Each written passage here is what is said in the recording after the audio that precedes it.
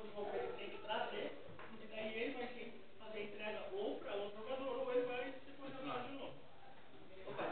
E aí no fim do ano, na festa de encerramento, que a gente vai fazer em dezembro, como a gente vai ver tudo direitinho, aí a gente vai fazer uma entrega especial, aí o cara fica direitinho com ele. O que tiver uma média menor. Ah, eu acho que pra ser mais justo o cara não deve votar em si, né, cara? Eu acho.